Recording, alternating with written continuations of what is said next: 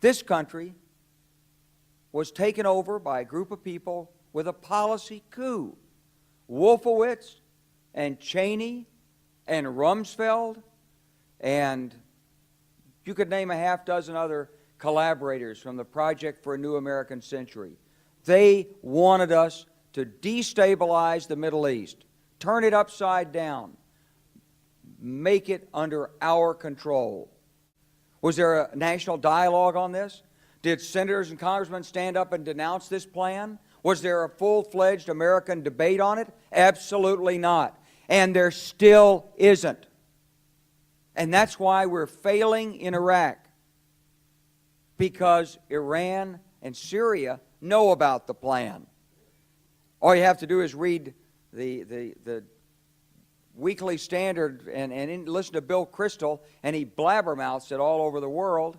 Richard Pearl the same way. They could hardly wait to finish Iraq so they could move into Syria.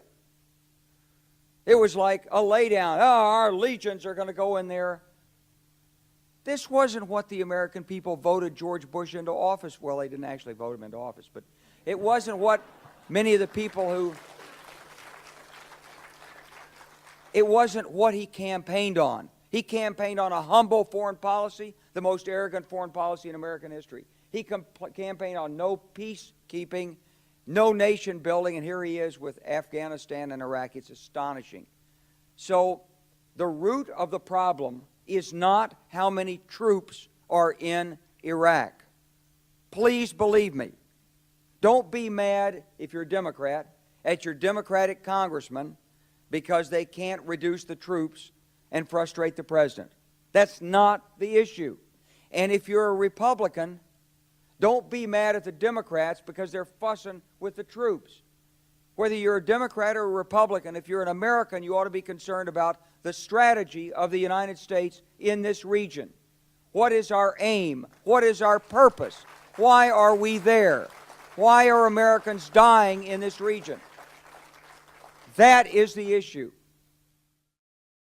About 10 days after 9/11, I went through the Pentagon and I saw Secretary Rumsfeld and Deputy Secretary Wolfowitz. I went downstairs just to say hello to some of the people on the Joint Staff who used to work for me, and one of the generals called me and he said, "Sir, you got to come in. You got to come in and talk to me a second." I said, "Well, you're too busy." He said, "No."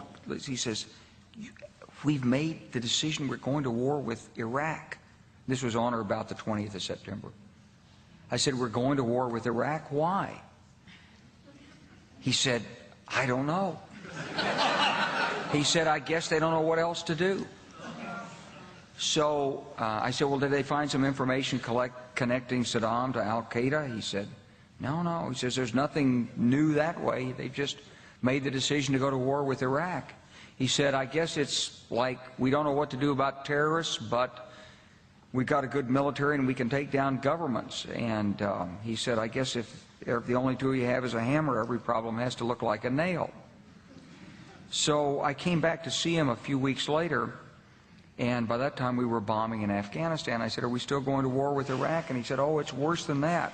He said, he reached over on his desk, he picked up a piece of paper, and he said, I just got this down from upstairs, meaning the Secretary of Defense's office today, and he said, "This is a memo that describes how we're going to take out 7 countries in 5 years, starting with Iraq and then Syria, Lebanon, Libya, Somalia, Sudan, and finishing off Iran."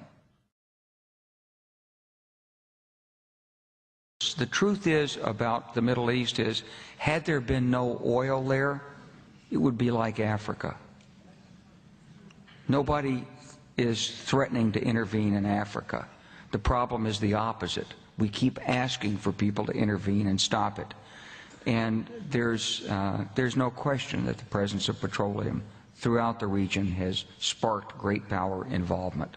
Whether that was the specific motivation for the coup or not, I can't tell you, but there's always been this attitude that somehow we could intervene and use force in the region.